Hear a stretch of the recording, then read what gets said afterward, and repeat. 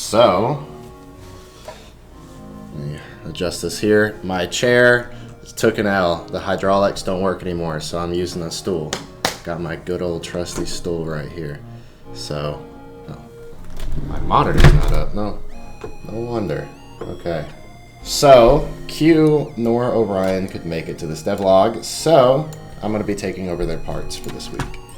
So a big issue that we all noticed when we were driving and racing during the last devlog was the fact that especially the Derek car was unable to maintain control due to its stickiness on the wheels.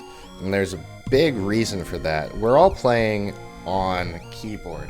So most people play racing games, if they have the choice, on a controller. Because a controller has analog input. Excuse me. It's not digital. So analog versus digital, analog can go. You know, you can control the strength like this. 50% throttle, 100% throttle, stuff like that. But with a button, that fancy term for a keyboard, it can only go 0 to 100, and there's no in between. 0 and 100 is what I mean. So when we were steering, we would press it, and there is a delay in how the wheels don't just immediately snap. I mean, there is an animation, but without it feeling awkward, we couldn't make the animation too slow because we still want. I mean, the majority of people to play. We want a lot of people to play our games. So we're gonna make keyboard work.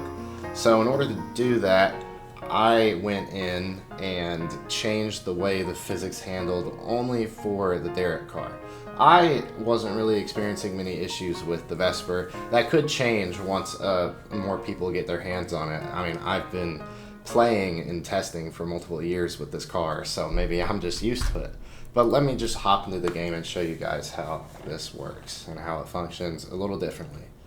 We're not going to have the race this week, sadly. The Chads, they did their part, but they had to go a little early, so they just couldn't work out. But you see, it spun. It didn't flip or anything. I also lowered the center of gravity a little bit, so it's a little less prone to rolling. And you still got to use your brain a little bit. It's not like a brainless thing, and I'll show you guys once we go through the tunnel. And I'll try to make the sharp turn. And you see, it kind of skids. Because you gotta still use your brain. I mean, you can't just when you're driving down the road and you immediately see Wendy's, you can't just go like that, like the Vine. You gotta slow down. But for the most part, you are able to turn at speed just fine. The speedometer actually works. We were having a weird issue. I can't quite remember how Q fixed it, but he did somehow, and now it works. So it was working on his screen, but it wasn't working on ours for whatever reason. And that actually segues into the next section. So we, as in Q, is pretty good at drawing. Our UI elements for our cooldowns, we creatively decided to make icons, so it just looks freaking sick. Now look at this.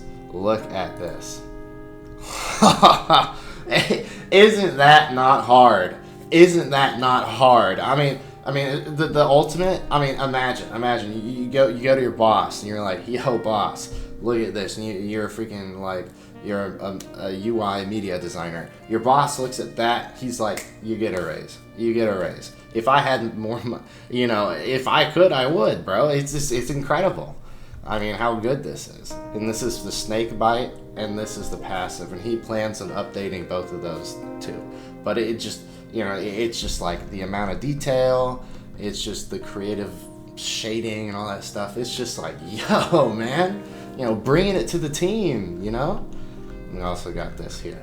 So that pretty much, and also we added cooldowns. Now, in terms of 3D modeling, so the map for the most part is the same. Now, I just want to put it out there. I do realize these are supposed to be guardrails, believe it or not, and they're pretty massive. So I do plan on scaling those down so they look a little more realistic. But other than that, the map hasn't really changed. We have Orion currently working on the rural area of the track, which will be after this section. So you drive through the subway, and then you get to a rural section, which just think of Indiana, and that's basically, you know, it's gonna be fun. I mean, we're gonna make it fun. So lots of cornfields, awesomeness. So with that, I'd like to throw this off to Mr. Derek. Hello. I'm Derek. Right now, I'm currently working on the OST, many different sounds and everything, and background music for various areas of the game. Hoping to have my first track done before the next check-in. And real quick, I will showcase some of the, well, as there's not a lot right now, but again, this is just only the beginning, and the whole thing will be more complete and more put together come next Monday, as mentioned. So right here, this is FL Studio. We are all sharing it, but I'm the main guy working on the OST. I'm still trying to understand every bit and piece of it, but overall, the track that I'm working on right now is the track for the rural area of the game. You know, just like the an open land, you know, country type thing. While I can't show any snippet or anything because it's still in a very primal state and it's not ready at the moment, I will still kind of describe to you what the sound will be like. It consists of, again, kind of like a folk country theme. The overall BPM will be about 80. It'll be a 4x4, and yeah. So again, I've got a little sample right here and some other sounds that, again, I won't spoil, but they're inserted into here, and by the end the tracks will be all put together. So again, while this is not the finished product, it will look way better, and it will be way more finished next time.